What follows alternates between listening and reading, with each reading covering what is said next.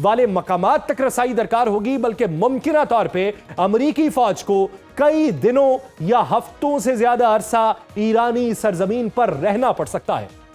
امریکی اخبار new York Times کی ایک رپورٹ یہ بتاتی ہے کہ امریکہ کے یہ فوجی دستے خارق جزیرے یا پھر آبنائے ہرمز کے تحفظ کے لیے بھی استعمال ہو سکتے ہیں۔ ایران ان تمام خدشات پر خاموش نہیں ہے۔ ایرانی پارلیمنٹ کے سپیکر محمد باقر کالباف نے کہا کہ امریکہ مذاکرات کی آڑ میں زمینی حملے کی تیاری کر رہا ہے اور ایران کسی بھی صورت سرنڈر نہیں کرے گا۔ انہوں نے یہ واضح کیا کہ ایرانی افواج امریکی فوجیوں کے منتظر ہیں، جو اس بات کا اشارہ ہے کہ ایران کسی بھی ممکنہ زمینی کارروائی کے لیے تیار ہے۔ صدر ٹرمپ ایک جانب ایران پر دباؤ بڑھا رہے ہیں تو دوسری جانب جنگ جلد ختم ہونے کے اشارے دیے جا رہے ہیں۔ انہوں نے اپنے ایک بیان میں دعویٰ کیا ہے کہ ایران معاہدے کے قریب ہے، لیکن ایک دوسرے بیان میں انہوں نے یہ بھی کہا کہ آبنائے ہرمز کو نہ کھولا گیا تو ایرانی تیل اور بجلی کی تنصیبات کو مکمل طور پر تباہ کرنے سے گریز نہیں کیا جائے گا۔ ٹرمپ نے اب یہ عجیب دعویٰ بھی کیا ہے کہ ایران میں رجیم چینج کا عمل مکمل ہو چکا ہے، ایران کی پہلی اور دوسری سطح کی قیادت ختم ہو چکی ہے اور اب ایک نیا گروہ سامنے آیا ہے جس سے امریکہ بات کر رہا ہے۔ ان کے یہ دعوے بھی ان کے گزشتہ دعووں کی طرح امریکہ کے حق میں بیانیہ بنانے کی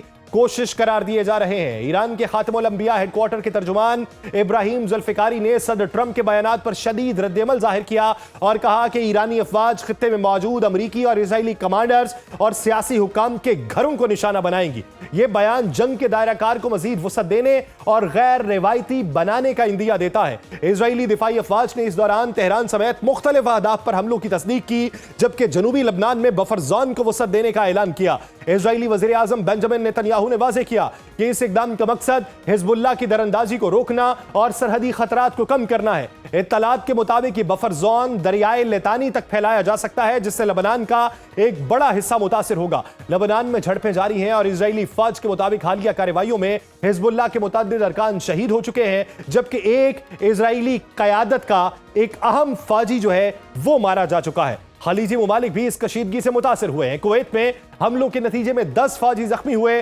جبکہ سعودی عرب میں ایک امریکی فضائی اڈے پر حملے میں E-3 سینیٹری طیارہ تباہ ہوا ہے۔ یہ طیارہ ایک اہم فضائی نگرانی اور کمانڈ اینڈ کنٹرول سسٹم کا حصہ ہوتا ہے، جسے ایواکس طیارہ بھی کہتے ہیں، جو جنگی کارروائیوں میں مرکزی کردار ادا کرتا ہے۔ اس کا نقصان امریکی فضائی صلاحیت کے لیے ایک بڑا دھچکا قرار دیا جاتا ہے۔ دوسری جانب ایران کی اصفہان یونیورسٹی آف ٹیکنالوجی پر اسرائیلی حملے میں ایک ریسرچ انسٹیٹیوٹ کو نقصان پہنچا اور 4 افراد زخمی ہوئے۔ ایرانی پاسداران انقلاب نے اس حملے پر شدید رد عمل ظاہر کرتے ہوئے خطے میں امریکی اور اسرائیلی یونیورسٹیز کو ممکنہ ہدف قرار دیا۔ اسرائیل کی جانب سے ایرانی جوہری تنصیبات پر حملوں نے صورتحال کو مزید پیچیدہ بنانے میں اہم کردار ادا کیا ہے۔ عالمی جوہری توانائی ایجنسی کے مطابق اسرائیلی حملے میں خنداب ہیوی واٹر ری ایکٹر کو شدید نقصان پہنچا اور یہ اب فعال نہیں رہا۔ اگرچہ اس حملے کے بعد کوئی تابکاری خارج نہیں ہوئی، لیکن یہ واقعہ اس خطرے کو اجاگر کرتا ہے کہ جنگ کسی بھی وقت ایک بڑے جوہری بحران میں تبدیل ہوگی۔ ایران کے سرکاری ذرائع کے مطابق امریکہ اور اسرائیل نے ایران میں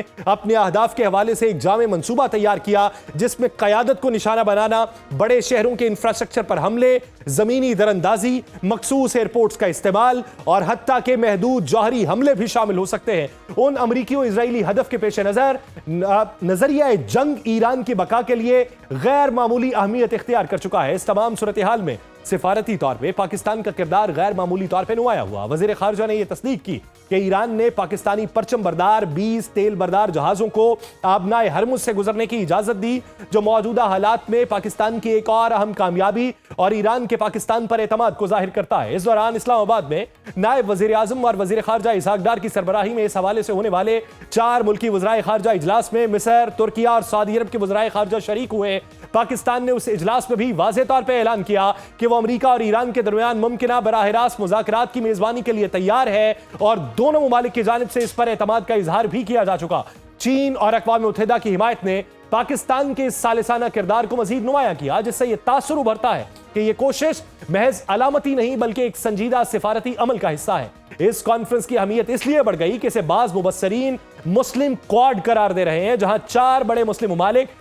پہلی بار کسی بڑے بین الاقوامی تنازع کے حل کے لیے مشترکہ حکمت عملی پر متفق نظر آئے۔ مجموعی طور پہ اس کانفرنس نے ایک بار پھر یہ ظاہر کیا کہ پاکستان عالمی و علاقائی معاملات میں صرف ایک تماشا نہیں بلکہ ایک فعال کھلاڑی کے طور پہ ابھرا ہے۔ یہ عمل اگر بڑھتا ہے تو اسلام آباد نہ صرف مذاکرات کا میزبان بنے گا بلکہ ایک ایسے ثالث کے طور پہ ابھرے گا جو پیچیدہ عالمی تنازعات میں قابل اعتماد کردار ادا کرنے کی صلاحیت رکھتا ہے۔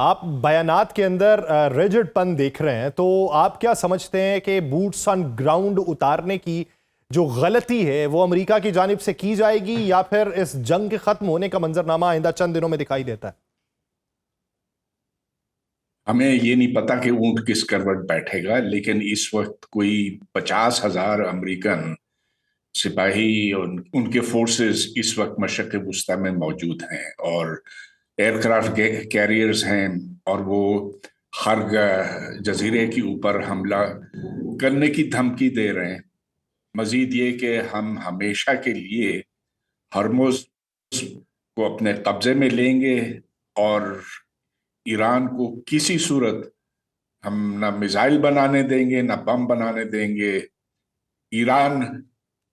ہمارے کنٹرول میں رہے گا۔ تو یہ ابھی جے ڈی وینس کی طرف سے ایک بیان آیا ہے، اور ٹرمپ تو یہ باتیں پہلے بھی کر چکا ہے، لہٰذا اس وقت ایسے لگ رہا ہے کہ تصادم کے امکانات زیادہ ہیں، امن کے کم ہیں۔ اور ہم یہ دیکھ رہے ہیں کہ اسرائیل اور امریکہ مل کر کئی جگہوں پر بمباری اس وقت بھی کر رہے ہیں، اور یہ کچھ دن پہلے کی بات ہے کہ ٹرمپ نے کہا کہ مزید 3,500 ایسے ٹارگٹس ہیں جو ہماری نظر میں ہیں، اور جو بس ہم جس پر حملہ کرنے ہی والے ہیں۔ تو ایک طرف تو ان کا یہ کہنا ہے کہ ادھر مذاکرات جو ہیں بڑے حوصلہ افزا ہیں، اچھے رہے ہیں، اور اب میں جنگ ختم کر رہا ہوں، رژیم چینج بھی ہم حاصل کر چکے ہیں، خامنہئی کو مار کے، اور اب ہم نے اپنے تمام جو مقاصد تھے وہ حاصل کر لیے ہیں۔ لیکن دوسری طرف یہ ایک حقیقت ہے کہ ہرمز بند ہے، یا تقریباً بند ہے، کچھ ہی جہاز اس میں سے گزر سکتے ہیں، تیل کی قیمتیں بڑھتی چلی جا رہی ہیں، اور ٹرمپ کے اختیار سے اب یہ جنگ باہر نکلتی چلی جا رہی ہے۔ تو یہ اس وقت کی حقیقت ہے، اس وقت کی حقیقت ہے جسے تسلیم کرنا ہے، لیکن اس ضمن کے اندر یہ سوال ابھرتا ہے کہ امریکہ کیا حملہ کرے گا؟ منصور صاحب، آپ کیا سمجھتے ہیں کہ ڈونلڈ ٹرمپ کے پاس کوئی اور آپشن ہے جس سے وہ اپنی وکٹری کی جو ٹرافی ہے وہ اٹھا سکیں، اور اپنا نیریٹو جو ہے اس کو مضبوط کر سکیں، اور دنیا کے اوپر امپیکٹ اپنا بہتر کر سکیں؟ دیکھیے، جنگیں شروع ہوتی ہیں اسٹریٹجک کیلکولیشنز پہ، یا مس کیلکولیشنز بھی وہ بعد میں اگر ثابت ہو جائیں، اور جنگیں ختم ہوتی ہیں کسی قسم کی آؤٹ کم جو کہ کسی وکٹری یا ڈیفیٹ کی صورت میں ہو، یا پھر کوئی ایگریمنٹ ایسا دونوں فریقین کے درمیان ہو جائے۔ اس وقت تک جو سٹیج جو کچھ ہوا ہے اس جنگ میں، ہم نے دیکھا ہے کہ یہ جنگ ایسکلیٹ کر رہی ہے، اور ابھی تک ایسکلیٹ کر رہی ہے۔ امریکہ نے اپنی تمام تر قوت جو ہے، جس کا ذکر بھی کیا ڈاکٹر صاحب نے، وہ استعمال کی اس مہینے میں، ہم نے دیکھا ہے۔ لیکن دوسری طرف ایران نے بھی ایک خاص قسم کی ریزیلینس شو کی ہے، اور ایران نے بھی اپنی جو اسٹریٹجک پریزنس شو کی ہے، اور انہوں نے جو کارڈز جو ان کے پاس ہیں جن کو وہ استعمال کر رہے ہیں اس وار کو مزید ایکسپینڈ کرنے کے لیے، تاکہ کاسٹ بڑھیں امریکہ کے لیے، اسرائیل کے لیے، اور انٹرنیشنل کمیونٹی یا انٹرنیشنل اکانومی کے لیے، جس میں اسٹریٹ آف ہرمز ہے، جس میں جی سی سی کے کنٹریز جو اسٹیٹس ہیں جہاں پہ یو ایس کی بیسز ہیں ان کے اوپر اٹیکس ہیں، اور ابھی کچھ پروکسیز ہیں جس میں ہوتیز نے کل کہا ہے کہ ہم وار کو جوائن کر لیں گے۔ ہم نے وار کو جوائن کر لیا ہے، اور اگر وہ باب المندب کو بند کرنے کی طرف جاتے ہیں تو تیل کی قیمت جو آج $116 تک پہنچی ہے، یہ مزید بھی بڑھ سکتی ہے۔ اب ان حالات میں اس جنگ کو بند کرنے کے لیے جو ڈپلومیٹک ایفرٹ ہے اس میں بہت سی مشکلات ہیں، بہت سی کمپلیکسٹیز یا بہت سے چیلنجز ہیں۔ اب 4 کنٹریز کو ہم نے اکٹھا کر کے ان سے تو بات چیت کر لی ہے، لیکن اب فورن منسٹر اور ڈپٹی پرائم منسٹر جا رہے ہیں چائنا۔ تو میرا خیال ہے چائنا کا رول بہت اہم ہو جائے گا، کیونکہ اگر اس جنگ کو بند کرنا ہے تو ایران کو کسی قسم کی انٹرنیشنل گارنٹیز چاہیے ہوں گی، کیونکہ یو ایس یا اسرائیل کی جو پاسٹ ٹریک ریکارڈ ہے اس میں ان کی طرف سے تو کسی قسم کی بھی ایگریمنٹ ہونے کے بعد بھی وہ اس کو وائلیٹ کر کے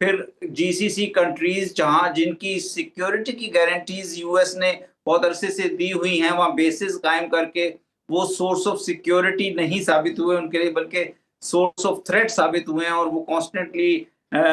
GCC کنٹریز کو بہت دھچکا لگا ہے اس ساری اس میں۔ اور اب اگر جو سب سے بڑی جو خدشہ ہے وہ انٹرنیشنل اکانومی کی طرف ہے، کہ اگر آئل کی پرائس، جس طرح کے ایران نے اپنے ایک تھریٹس میں یہ کہا بھی تھا کہ وہ انشور کریں گے کہ آئل کی پرائس $200 بلین پر بیرل کو ٹچ کرے، اور اگر وہ کرتی ہے تو بہت بڑا ایک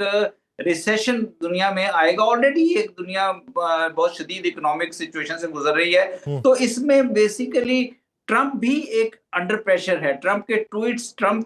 پریزیڈنٹ ٹرمپ کو پریڈکٹ کرنا تو ممکن نہیں ہے، مشکل ہے، لیکن ان کے اوپر پریشر ہے۔ ابھی ملینز کا ایک اجتماع نے یا پروٹیسٹ ہوئے ان کی وار کے خلاف، وہاں پہ تمام جو سینر وائسز ہیں امریکہ میں وہ بات کر رہی ہیں کہ جنگ فیئر نہیں ہے، اس جنگ کو ختم کرنا چاہیے، یہ جنگ امریکہ کے انٹرسٹ میں بھی نہیں ہے۔ اس صورت میں ایک ایسی صورت پیدا کی جا سکتی ہے کہ ٹیبل کے اوپر کچھ پاورز بیٹھی ہوئی ہوں، جس میں چائنا بھی موجود ہو، تاکہ کچھ ایک فریم ورک تو بنایا جا سکے پیس وار کو ختم کرنے کا اور پوسٹ وار سچویشن میں جانے کا۔ ابھی تک تو میں سمجھتا ہوں کہ ابھی تک تو ایسے آثار نہیں نظر آ رہے، ایسے آثار نظر نہیں آ رہے، اور اس کا جو ہے پلان کرنے کا طریقہ جو ہے وہ آنے والے دنوں کے اندر اس کی ایگزیکیوشن کس طریقے سے ہوگی، یہ ایک بنیادی سوال ہے۔ ڈاکٹر صاحب، میرا ایک جو ہے تکنیکی سوال یہ ہے کہ جو یورینیم نکالنے کا پلان بنایا جا رہا ہے امریکہ کی طرف سے، اب یہ پولیٹیکل سٹیٹمنٹ ہو یا حقیقی طور پہ ہو، اس میں تو فرق امریکی مینجمنٹ یا پینٹاگون یا ڈیپ سٹیٹ ہی جانتی ہوگی، لیکن آپ کیا سمجھتے ہیں کہ کیا اس طریقے سے بیان دینے کے بعد اپنی فوجیں اتار کے زمین کے اندرونی حصے میں سے وہ جو افزودہ یورینیم ہے اس کو نکال کے پھر اسے محتاط طریقے سے دوسری جگہ منتقل کرنا سننے میں تو بڑا افسانوی لگتا ہے، لیکن حقائق کے اعتبار سے کتنا مشکل ہے؟ اس کے بارے میں ظاہر ہے کہ میری کوئی اپنی ایسی معلومات نہیں اندر کی، لیکن اگر کوئی 600 کلو گرام افزودہ یورینیم کے ہیں، چلیے یہ بام گریڈ نہیں ہوگا، 60% 60% انرچ یورینیم ہوگا، ٹھیک ہے، تو اس کا وزن، اس کا حجم تو آپ سمجھ لیجئے کہ ایک بڑے بکسے، ایک پیٹی کے برابر کا ہے۔ ٹھیک ہے، اس کو آپ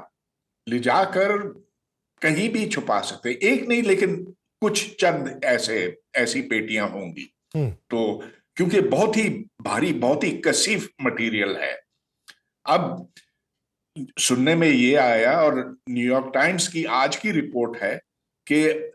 جس وقت امریکہ نے حملہ کیا تھا 6 ماہ پہلے، اس پر ڈیپ پینیٹریشن بم پھینکا تھا، تو اس سے پہلے ہی ایرانیوں نے اس یورینیم کو کہیں اور منتقل کر دیا، اصفہان کی طرف لے گئے۔ ٹھیک ہے، پھر کہاں انہوں نے چھپایا ہے، یہ تو جاننا بہت ہی مشکل کام ہوگا، اور یہ تبھی ممکن ہوگا اگر امریکہ کی فوجوں نے اس علاقے پر مکمل قبضہ کر لیا، اور اس قبضہ کرنے کی کوشش میں تو ضرور وہ مارے جائیں گے۔ ان میں سے اگر وہ کامیاب بھی ہوئے تو بھی وہ تو درجنوں کیا سینکڑوں کے حساب سے مارے جائیں گے۔ لہٰذا یہ ایک کھلا سوال ہے، لیکن اور یورینیم ایسی چیز ہے کہ اس کو کافی آسانی سے چھپایا جا سکتا ہے، خاص طور پر اگر آپ نے کہیں کوئی ایسی سرنگیں پہلے سے بنائی ہوں، زیر زمین اس کو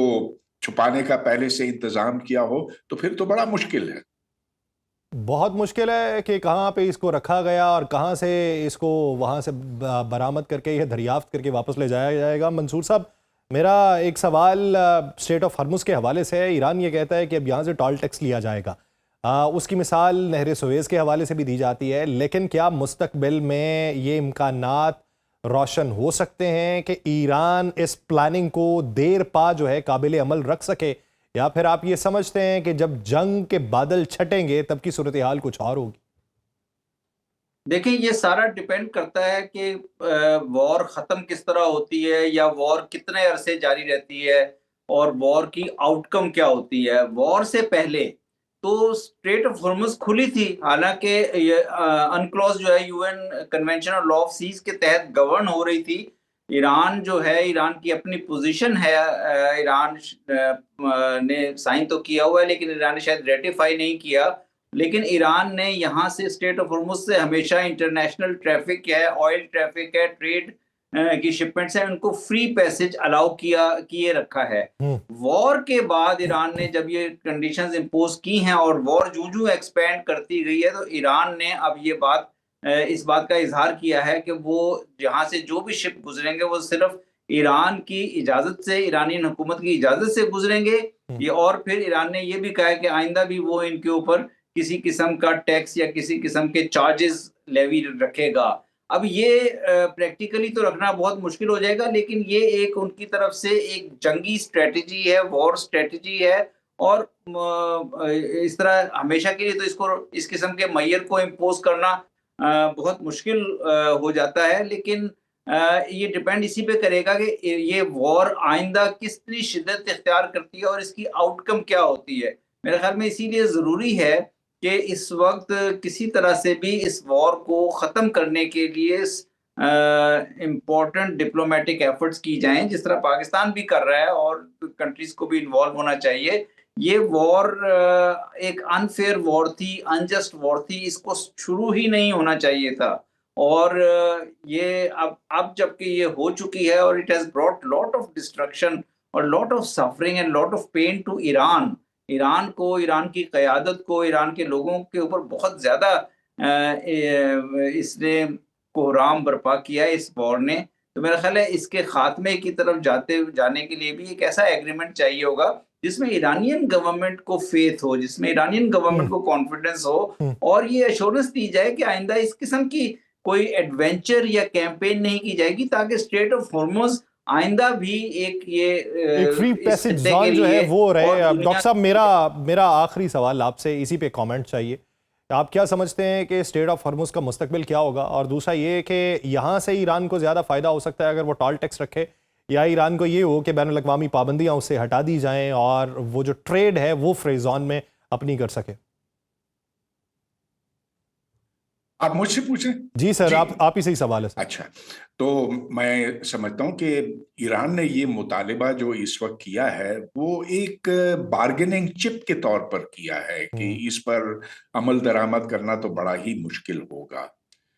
البتہ جو دوسرے مطالبات ہیں ایران کے، اور وہ جی سی سی ممالک کی طرف دیکھتے ہوئے کہ امریکہ کے جو فوجی اڈے ہیں وہاں پر انہیں ہٹایا جائے، اور یہ بات بالکل جائز ہے، بالکل مناسب ہے، اس لیے کہ ان اڈوں کا کیا کام ہے ماں سوائے یہ کہ وہ ایران کو پر حملہ کرنے کے لیے ایک ذریعہ بنے. وہ اسرائیل کے لیے تو نہیں ہے، ایک دوسرے کے خلاف ایک کو دوسرے سے بچانے کے لیے تو نہیں ہے، یہ محض ایران کو ڈرانے دھمکانے کے لیے ہے. تو یہ ایران کا جو مطالبہ ہے وہ ان 5 نکات میں شاید نہیں تھا، لیکن یہ پہلے کیا گیا ہے. ایک اور بات جو بڑی اہم ہے جس پر ابھی تک ہماری بات نہیں ہوئی، کہ جو امریکہ اور اسرائیل نے نیوکلیئر تنصیبات کے اوپر حملے کیے ہیں اور ابھی حال میں بشہر کے ری ایکٹر کے اوپر کیے ہیں، تو یہ اس پورے علاقے کے لیے، اس پورے خطے کے لیے انتہائی خطرناک ہو سکتا ہے، اور یہ بین الاقوامی قوانین کی کھلم کھلا خلاف ورزی ہے. یعنی اس کا امپیکٹ جو ہے وہ خطے کے اوپر بھی پڑ سکتا ہے، اور اس ضمن کے اندر عالمی جوہری توانائی ایجنسی جو ہے اس کی اسٹیٹمنٹ آنا بھی باقی ہے. بہت شکریہ ڈاکٹر پرویز ہود بھائی اور منصور احمد خان صاحب اس حوالے سے. ناظرین اسی منظرنامے میں مزید بات کریں گے، لیکن ایک الگ زاویے سے ایک شارٹ بریک کے بعد کہیں نہیں جائے گا. Welcome back. ناظرین، امریکہ کے پاس آپشنز کیا ہیں؟ امریکہ میں تیاری کیا ہے؟ اور امریکہ کے شہروں کے اندر نو کنگز ڈے پہ ہونے والے مظاہرے جو ہیں یہ کیا نتائج نکال سکتے ہیں؟ اسی بارے میں بات کریں گے. واشنگٹن امریکہ سے سینئر تجزیہ کار فیض رحمان صاحب نے ہمیں جوائن کیا ہے. فیض صاحب بہت شکریہ آپ کے وقت کا. فیض صاحب سب سے پہلے تو یہ بتائیے کہ اندرونی طور پہ جو چپکلش ہے، اندرونی طور پہ جو انارکی ہے، اندرونی طور پہ جو رفٹ ہے، نظریاتی اختلاف ہے جو عوامی سطح کے اوپر بھی اس وقت نمایاں ہو رہا ہے، اس کے اثرات آپریشن کے اوپر جو ایران کے خلاف جاری ہے کیا پڑے گا؟ جی بہت بہت شکریہ Yasir. Good to be on your show, on your popular show actually. دیکھیے اس کی جو اس وقت جو نظر آ رہی ہیں باتیں, اس میں کوئی شک نہیں ہے کہ انٹرنلی کافی رفٹ ہے. نہ صرف یہ کہ جو دو میجر پولیٹیکل پارٹیز ہیں ڈیموکریٹس, وہ تو بالکل یونیفائڈ ہیں اپنی جگہ اس کی مخالفت میں, اس جنگ کی, اور ٹرمپ صاحب کی آلموسٹ ہر پالیسی کی مخالفت کرتے ہیں وہ. لیکن اس کے علاوہ خود ریپبلکن پارٹی میں بھی ایک بہت بڑی رفٹ, بہت بڑا ایک اختلاف ان کے سامنے آ رہا ہے, اور ان کے جو بہت ہی ڈائی ہارڈ سپورٹرز ہوا کرتے تھے وہ بھی کھل کر ان کی مخالفت کر رہے ہیں. اچھا, دوسری طرف اگر آپ دیکھیں ان کی جو ایڈمنسٹریشن کے بیانات اور ان کا جو اس وقت ایک جو پیش رفت ہے ان کی اس آپریشن میں, وہ لگتا یہ ہے کہ وہ بالکل اسی لحاظ سے چل رہی ہے, اور وہ اپنے ایڈجسٹمنٹس بھی کر رہے ہیں. جو ایران جو اس کا مقابلہ کر رہا ہے, ریٹیلیٹ کر رہا ہے, اس کا جواب بھی دیا جا رہا ہے. بلکہ اب سے کچھ دیر پہلے ابھی ٹرمپ صاحب نے ایک اور بہت بڑا ٹویٹ کیا اور یہ کہا کہ جی ہمارے وہاں باقاعدہ غالب آف سے انہوں نے اسپیکر آف دی پارلیمنٹ جو ان کا نام بھی لیا ہے کہ ان سے ملاقات ہو رہی ہے ہماری, اور بات چیت ہو رہی ہے, اور کوئی نتیجہ پہ پہنچ جائے گا. اگر نتیجہ نہیں نکلا تو پھر ہم بہت زبردست بمباری کریں گے, اور تمام جو سویلین ان کی انسٹالیشنز ہیں, انکلوڈنگ جو ڈی سیلینیشن پلانٹس ہیں جو پانی کو صاف کرنے کے, اس کو بھی وہ بام کرنے کا. باقاعدہ ایک صدر امریکہ نے اپنے ایک ٹویٹ میں یہ بات کہی ہے, جو کہ میں سمجھتا ہوں ایک وار کرائمز ہے اپنی طرف سے یہ ایڈمٹ کرنا. تو اب دیکھیے یاسر, سوال یہ ہے کہ جو کیا امریکہ میں صدر ٹرمپ کی پالیسیز اور اس جنگ کی مخالفت اس پوائنٹ پر پہنچ چکی ہے, اس بوائلنگ پوائنٹ پر, کہ جہاں اب ان کو اپنی ڈائریکشن, اپنی سمت چینج کرنا پڑے گی. لگتا یہ ہے کہ ابھی شاید وہ پوائنٹ نہیں آیا امریکہ کی حد تک, اور صدر ٹرمپ کی اس وقت کیلکولیشن یہ ہے کہ چونکہ نومبر میں ان کے مڈ ٹرم الیکشنز ہو رہے ہیں,